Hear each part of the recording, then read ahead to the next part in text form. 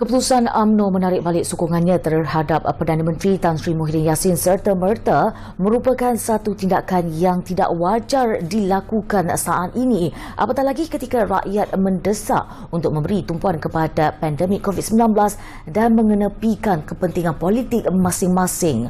Penganalisis politik Azmi Hassan berkata, tindakan parti itu juga akan memberi kesan kepada ahli Kabinet UMNO, terutama yang memegang portfolio penting dalam negara dan terlibat secara langsung dalam mengendalikan hal-hal berkaitan COVID-19. Keputusan yang akan berat kerana ini akan menentukan. Ketika dihubungi bernama, Azmi berkata apa yang pasti corak kepimpinan Kerajaan Perikatan Nasional ketika ini adalah bergantung kepada pilihan yang bakal dibuat oleh menteri-menteri kabinet daripada UMNO. Bercakap tentang corak kepimpinan Kerajaan Perikatan Nasional lepas ini, ianya bergantung kepada menteri-menteri UMNO terutama sekali. Apakah keputusan yang mereka akan buat? Dan keputusan ini dikatakan bukan mudah. Kalau kita nak perumpamakan, ada peribahasanya. Buat ini pun salah, tak buat pun salah, buat ini mungkin betul, yang itu pun salah. Jadi sekarang keputusannya adalah di tangan menteri-menteri UMNO itu sendiri. Kerana sepatutnya bila Presiden dah buat keputusan, seharusnya ahlinya mengikut. Tapi tidak dalam kes UMNO ini.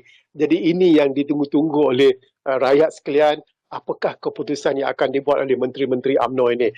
Sementara itu, mengulas mengenai keperluan untuk Perdana Menteri mengundurkan diri sekiranya sudah tidak mendapat sokongan majoriti, Azmi berkata beliau melihat tiada calon yang benar-benar boleh menarik sokongan daripada pelbagai pihak untuk menggantikan Tan Sri Muhyiddin Yassin ketika ini.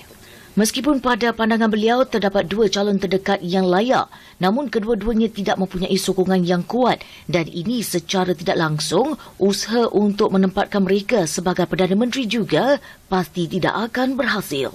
Pada ketika ini saya lihat yang paling dekat calon-calon ahli parlimen yang boleh menarik sokongan adalah cuma dua saja.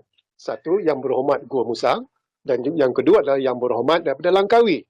Itu sahaja. Itu pun sokongan mungkin tidak mencukupi untuk menubuhkan kerajaan interim ke kerajaan yang lebih stabil, mungkin tak cukup. Jadi bagi saya, peletakan jawatan Tan Sri Muhyiddin itu tidak akan menyelesaikan masalah jikalau tidak ada pengganti yang lebih kuat, yang dapat menggabungkan, yang dapat dikatakan mencerahkan perselisihan politik yang kita hadapi pada ketika ini. Tambah beliau, situasi sama juga dapat dilihat dalam parti UMNO di mana sekiranya Presiden UMNO menarik diri daripada jawatan adalah sukar untuk mencari calon yang benar-benar boleh menggantikan Datuk Seri Dr. Ahmad Zahid Hamidi. Adakah calon yang boleh membawa UMNO lebih kukuh itu? Mungkin kita tidak kelihatan. Kalau kita lihat Tan Sri Razali Hamzah pun dikatakan yang diwar-warkan boleh menggantikan Datuk Seri Ahmad Zahid. Beliau juga cenderung kepada keluar daripada menyokong Perikatan Nasional ataupun Datuk Muhammad Hassan, Tok Mat Hassan ataupun beliau juga dikatakan tidak tahu pendirian beliau di mana, sama ada sokong ataupun tidak Perikatan Nasional.